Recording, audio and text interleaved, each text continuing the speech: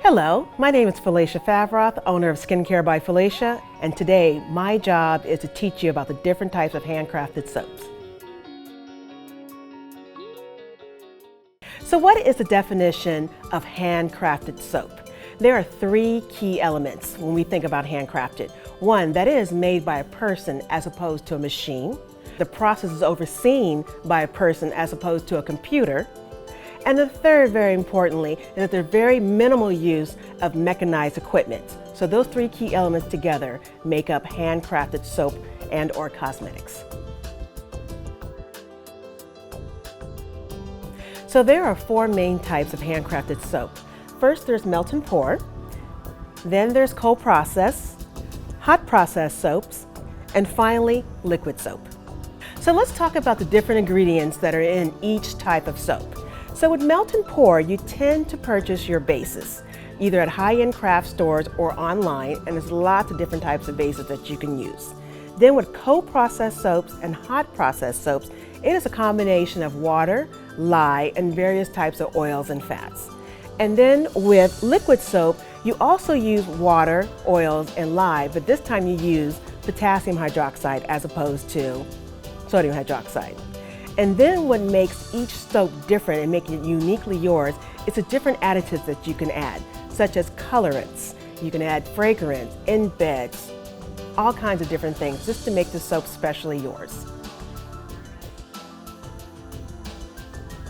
So now let's talk about the process of soap making.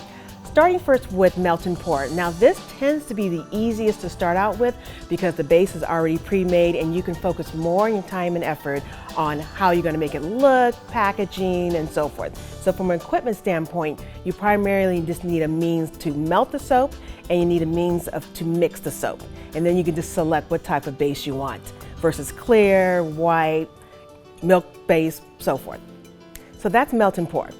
So with cold processed soap, the key thing is that the soap itself cooks itself. There's no outside element of heat.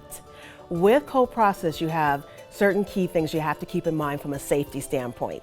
You're utilizing lye, so you have to have equipment to be able to mix the lye and the water. Then you need to have the means to be able to melt your oils, another vessel to be able to mix everything up, and then finally a mold to be able to pour it into so that it can actually cook itself, get hard, then you can cut it and then let it air dry. In regards to hot process and why people tend to go to hot process is it allows you to be able to skip the process of waiting for it to cure before you can use it. So with hot process, you also combine the same thing, your lye, your water, your oils, your additives, but then you cook everything in a crock pot or some means to be able to add outside heat. You cook it down to where it's a gel and then you're able to pour it into a mold and almost immediately within a day be able to use the soap if you like. But some people do choose to still continue to let it cure for a few more weeks just to make it a little extra harder. And with liquid soap, similar to what you do with hot processed soap is that you cook everything in a crock pot or some kind of vessel that you can add external heat. For this case, you make a paste. And then when your paste is done, if you decide you want to go ahead and make liquid soap immediately, you add additional water to create the consistency that you like, and then you pour that mixture into your individual containers and you have liquid soap. So let's talk about the level of difficulty in making soaps. Starting out with melt and pour is probably what you consider your beginning entry level into soaps making. And then there is cold process, followed by hot process, and then finally liquid soap.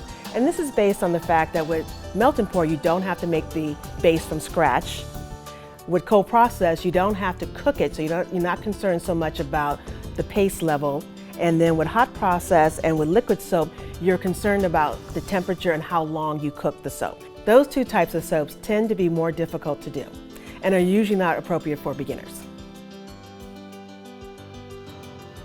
All right, so let's talk about the benefits of each type of soap, focusing on melt and pour, cold process, and hot process. With melt and pour, the benefit is time. You're not having to make the base, so you can go right into the decorating and making the soap more and more beautiful. With melt and pour, you have different types of bases. You can have a clear base, you can have a creamy base, you can have a pure white base. So then you can focus really on being creative. With cold processed soaps, you tend to get a very creamy colored soap, and because there's no external heat added, you're able to add different types of scents. Your essential oils, your fragrance oils, and you don't have to worry about them being burnt off. Also, because you're not adding additional heat, your colors do tend to also be fairly vibrant.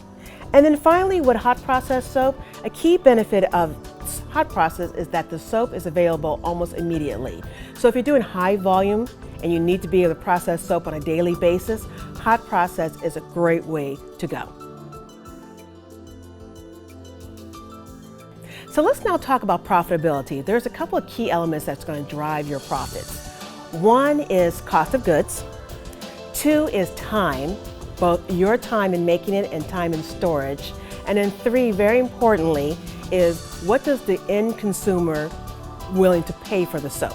Okay, so with melt and pour, the thing that really drives profitability here is time. Because you can process it quick and you can get it out the door quickly, you can save on your time. And then depending on the consumer that you target with it, some consumers really pay a lot more money for the more prettier, highly creative looking soaps. So that's where you really can drive profitability on melt and pour. So let's talk about cold process. What really drives the cost of cold process is time, because it takes a fair amount of time to make it, and then it takes a very long time to store the soaps. It could be 3, 6+ weeks. So you have to think about who you're going to sell the product to that is worth it, that's going to appreciate and pay for the fact that you have to spend a lot of time with it. And you can also, since you can add so many different types of scent and different types of base oils, that can also drive up your cost, but then it also drives up the value of the soap. So let's talk about hot process now. The key thing that drives the profitability with hot process is time. You don't have to spend a lot of time with hot process. You can almost make the product on demand because you don't have to cure it for weeks at a time.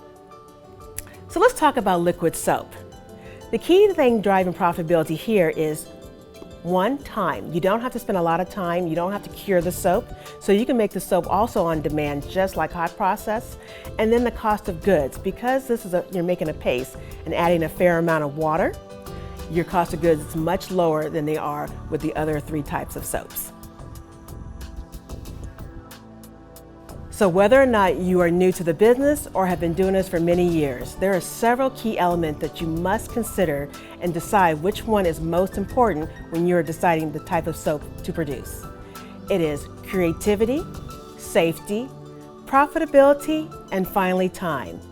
Take those in consideration when you're deciding what type of soap, and you will love making soap for many, many years to come.